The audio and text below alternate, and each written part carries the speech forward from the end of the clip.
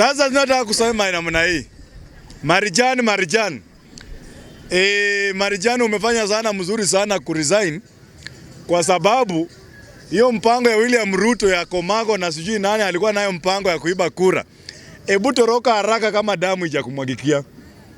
Hiyo mpango, wewe ni Muislamu na umevaa kofia ya Kiislamu kwa kichwa. Sisi hatuna haja na vile umeresign, tuko na haja sana. Utuambie ni nini imefanya uacha IEBC kama CEO ukaachia watu wageni wenye sisi hatujui wanatoka wapi na wanaenda wapi.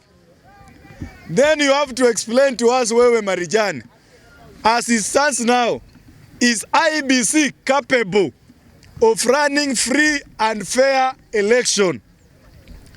2, Marijan, you have to explain to us whether William Ruto is mingling,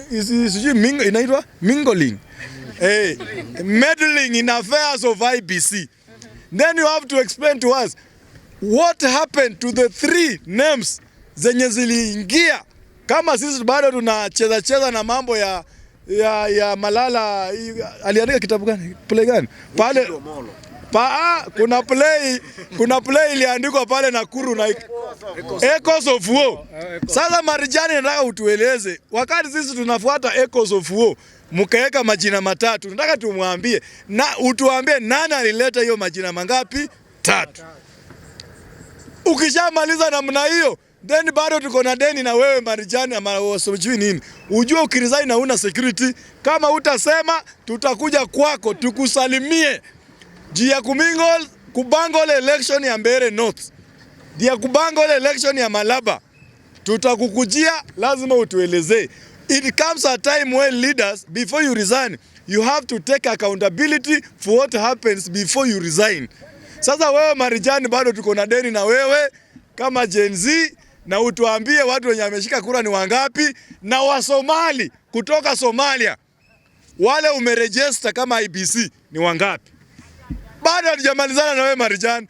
Umeresign leo, sawa, enda salama, salimia Oria.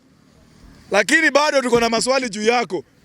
Ni wa Oria ngapi? Sasa tunasikiza kwamba umetoa watu milioni 5 huko Somalia.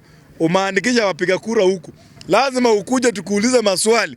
Na kama watapatikana utuambie unaishi wapi, unalala wapi, bibi yako ni nani, watoto wako ni nani. Kama watapatikana tunawakujia. Juu tumepata kuna kashida na watu wanaitwa Oria. Tumepata kuna kashida fulani. Kazi ni kukaa Isili na Lavington. Wanabunge oi. IEBC anaitwa CEO Majan.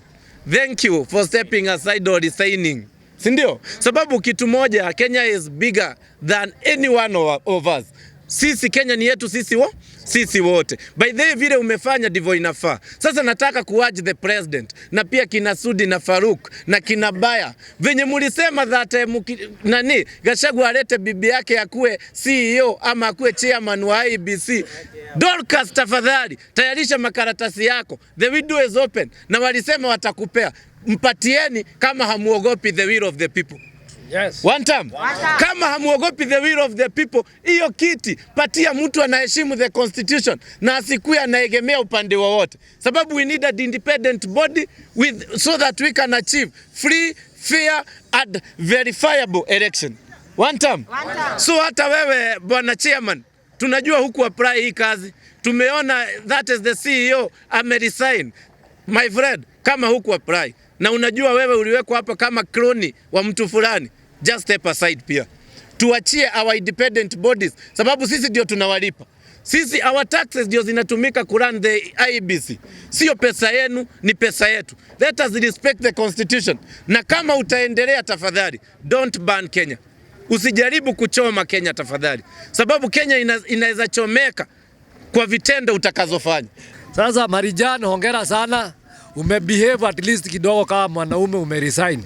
Lakini kuna questions. Sisi tunataka utuambie ile kitu, lazima utoboe siri nini ili happen Mbeere North na Malaba. Kwa sababu ile ukora mlifanya huko, tunajua kuna ukora yenye mlifanya, na utuambie next ile mpango ya next year mlikuwa mmefikisha wapi, kwa sababu tunajua obviously mlikuwa na ukora mnataka kufaa. kufanya. Si huyu rais tuko naye lazima asonge. Na hiyo mambo ya kusema ati rais akitoka anaenda Sogoi, mimi sitaki kuisikia. By the way, sitaki kuisikia. Mimi nataka kusikia mambo ya Shimo la Tewa. Hata kamiti hapana. Kamiti iko na records wa wakora wanatoroka huko. Shimo la Tewa sijasikia watu wamekimbia huko. Aende huko. Na watu wote Magasia, si ati wakae na wale wafungwa wengine. Hawa wanatakikana Shimo futi kama 150 huko chini. Wakuwa wakikaa huko, wanakulia madondo huko. Chakula inateremshwa na galani huko. Kuna kuona jua. Wateseke huko, wakuvie huko. Na wakikufa Shimo ifunikwe, tusahau hiyo damu huko. Na hiyo mbegu. Sawa sawa? Sinuata. Kwanza mimi nitaanza kwa president. President mwenye naweza taka si president mwenye ni mkabila na anaita wengine wa kabila. Si president mwenye anaongea Kiswahili, akienda kwao anaongea Kiswahili maneno 10. Hapo katikati anamalizia na ukabila. Na unaona baka intelligence hawezi sema hiyo kitu. Huyo ndio president siwezi taka kuona. Kitu ya pili, president mwenye siwezi taka kuona ni wa tokenism. Unakuwa umehonga kila mtu. Sasa hii president mwenye tuko naye Kenya, huyo ni president wa viongozi. Ukiangalia sasa hii ile election yenye tunaenda kupata next election, hiyo itakuwa ya wanakuwa 258, wabunge wanakuwa 258 ama wanakuwa ngapi? 270. Itakuwa 270 against 10 million. Juu hao watu ndio wanajua serikali ni nini. Ukipata kama sasa shida kubwa yenye tuko nayo sana, hata mimi sana silaumu sana president. Na laumu members of the fattening camp. Nao ni wabunge. Hakuna mtu mwenye ameleta hii shida kushinda mbunge. Juu unapata hiyo vitu yote inafanyika, wabunge ndio wanafaa kukataza. Lakini wabunge wakiitwa pale State House wakipewa kitu kadogo, unasikia wanakuja kutuambia huku huyu ni mkabila. Kama sahi kwa mfano, nikupe mfano. Hao watu wamezoea kutupiganisha na ukabila. Ukiangalia sahi wabunge wote wa Nyanza, unaona Rift Valley huko unasikia wanasema Nyoro alilete ya 500, Pata Sudi anasema mimi nawape education ya bure. Au unakuja hapa unapata wa Mushomba hata kaa ni kuruka. Unapata yeye anasema sasa mlipewa ya 500, hata mimi naleta ya 500. Unapata mwingine anasema nitaleta ya 300. Lakini huko kazi yenye wanasema kazi yao ni Gachagua. Shida yao yote kubwa ni Gachagua, hawana shida nyingine. Sasa ile point kubwa yenye naweza waambia wananchi, no matter how bad president will have, kama bunge itakuwa ni hii, ujue bunge ni kitu la maana sana. Mtu mwenye unapeleka bunge ni kitu ya maana. Hapa napeleka Kagege huko, na unajua ukisema Kagege wenyewe wanajijua. Upeleke mtu mwenye ongei. Unapeleka mtu leo anasema hivi, kesho akiitwa anasema hivi. Hatutaki mtu wa kurukaruka. Kwa kiongozi anakuwa na msimamo. Ukiona mtu anaruka huku, hata kwake hawezi ongoza. Kama Junet. Huyo ni mtu wa kurukaruka. Mimi watu kaa Junet au wasiongele. Hao ni psychopath. Matumbo craft. Juu unapata kuna mtu anaishi kusema alikuwa anaongozwa, lakini mwenye alikuwa anamuongoza mpaka sasa anamuimba hata choo hajaifungua. Na unapata mwingine aliniheri kiti kutoka kwa baba yake. Unapata watu wameshakuwa slave wa familia. So wabunge wenye mnachagua hao ndio watadetermine what will happen for you. President huko juu anaweza kuruka. Lakini mkiwa na bunge mzuri hakuna pale wataenda.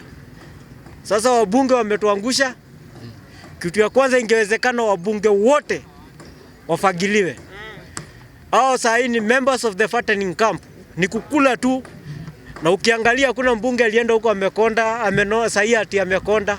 Wote wamenona, na kama hawajanona wamekuwa weupe.